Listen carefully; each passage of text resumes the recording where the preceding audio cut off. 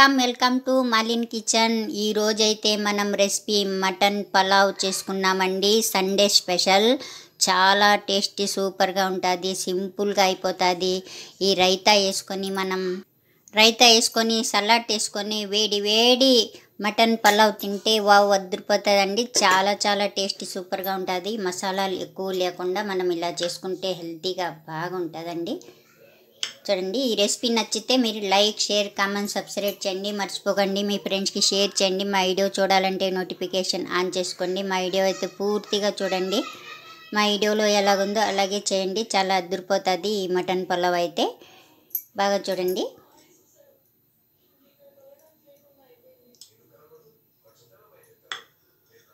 Thank you. చూడండి, first అయితే మనం ఒక కుక్కర్ తీసుకోవాలి. ఇప్పుడు అండి మనం మటన్ తీసుకున్నానండి నేను. పావు కేజీ అండి. పావు కేజీ కంటే కొంచెం ఎక్కువే మనకు.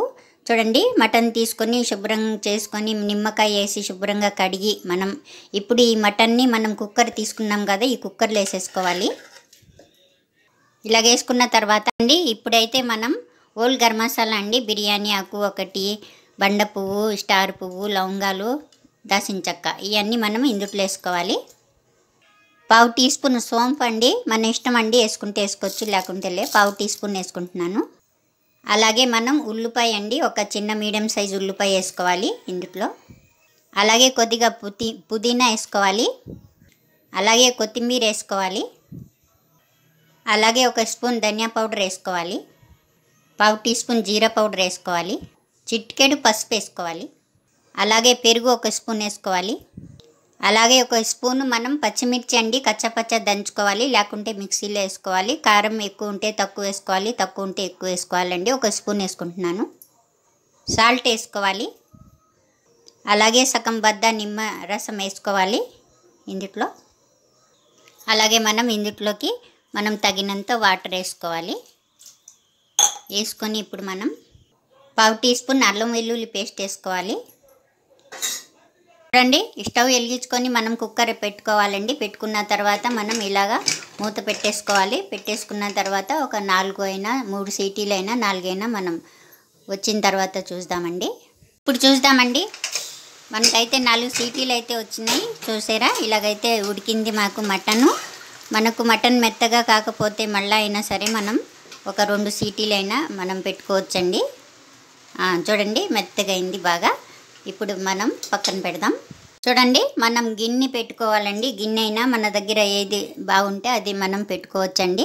మనం ఇందులోకి ఆయిల్ అయితే వేసుకోవాలి. మనం 2 గరిటెలు అయితే వేసుకుంటున్నాను నేను ఆయిల్.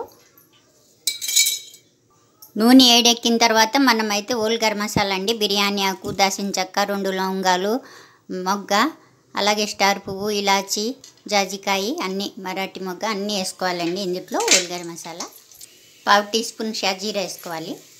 అలాగే మనం ఒక ఉల్లిపాయ అండి, ఒక మీడియం సైజు ఉల్లిపాయ సన్నగా తరిగి వేసుకోవాలి. బాగా మనం ఎర్రగా కాలనీయాలి ఉల్లిపాయలకి.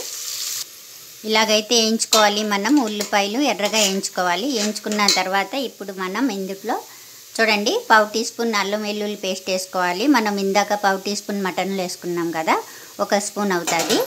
మనం బాగా వేయించుకోవాలి. కలర్ అయితే మనకు మారింది ఉల్లిపాయలు. ఇప్పుడు మనం ఇందులో ఇందాక మనం మటన్ ఉడకపెట్టి పెట్టాం కదండి, అది మనం కుక్కర్లోది ఇందులో వేసుకోవాలి. కొత్తిమీర వేసుకోవాలి. అలాగే పుదీనా ఆకులు వేసుకోవాలి. వేసుకొని మనం కొంచెం సేపు ఇలా ఉడికించుకోవాలి. బాగా ఏగిపోయిందండి. మటన్తో 1 గిలాసు రైస్ తీసుకున్నాను, బియ్యం తీసుకొని శుభ్రంగా కడగాలి. ఈ గిలాస్తోనే మనం ఎసరు వేసుకోవాలండి. ఏగిపోయింది మటన్ అయితే. ఈ గిలాస్తో 1 గిలాస్ తీసుకున్నాను కాబట్టి 2 గిలాసులు వాటర్ వేసుకోవాలి. ఎసరు వేసుకున్న తర్వాత మనం ఇందులో సాల్ట్ వేసుకోవాలి. ఇందాక మనం మటన్లో 1 స్పూన్ వేసాము, ఇప్పుడు రైస్కి సరిపడే అంత వేసుకోవాలి. చూడండి, నేనైతే 1 గిలాస్ రైస్ తీసుకొని శుభ్రంగా కడిగి పెట్టానండి. బాస్మతి కాదు, ఇది మామూలు రైసే, డైలీ యూస్యే. ఈ ఎసట్లో వేసేసుకుందాం బియ్యం. మనం వేసుకున్న తర్వాత ఒక 2 డ్రాప్స్లు అండి, 2 చుక్కలు అయితే కేవడ వాటర్ అయితే వేసుకోవాలి. అలాగే కొత్తిమీర, పుదీనా, 2 చుక్కలు నిమ్మరసం, అలాగే మనం 2 స్పూన్ల నెయ్యి వేసుకోవాలి. ఇలాగే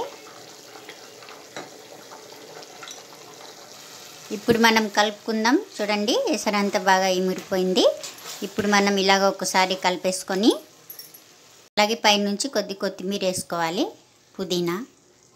పుదీనా కూడా వేసేసుకోవాలి. వేసుకున్నాక ఇప్పుడు మనం చూడండి మూత అయితే పెట్టుకోవాలి. మూత పెట్టిన తర్వాత మనం ఒక 5 నిమిషాలు అలాగా దమ్ చేసుకుందాం. అప్పుడు దాకా చూద్దాం మనం. ఒక 5 నిమిషాలు అయితే అయింది. వావ్, చూడండి బాగా దమ్ అయిపోయింది మనకైతే. చూసారా, పొడి పొడిగా ఉంది మనకు. అంతే అండి, రెడీ అయిపోయిందండి. సింపుల్గా రెడీ అయిపోయింది మటన్ పలావ్. ఈ రెసిపీ నచ్చితే మీరు లైక్ చేయండి.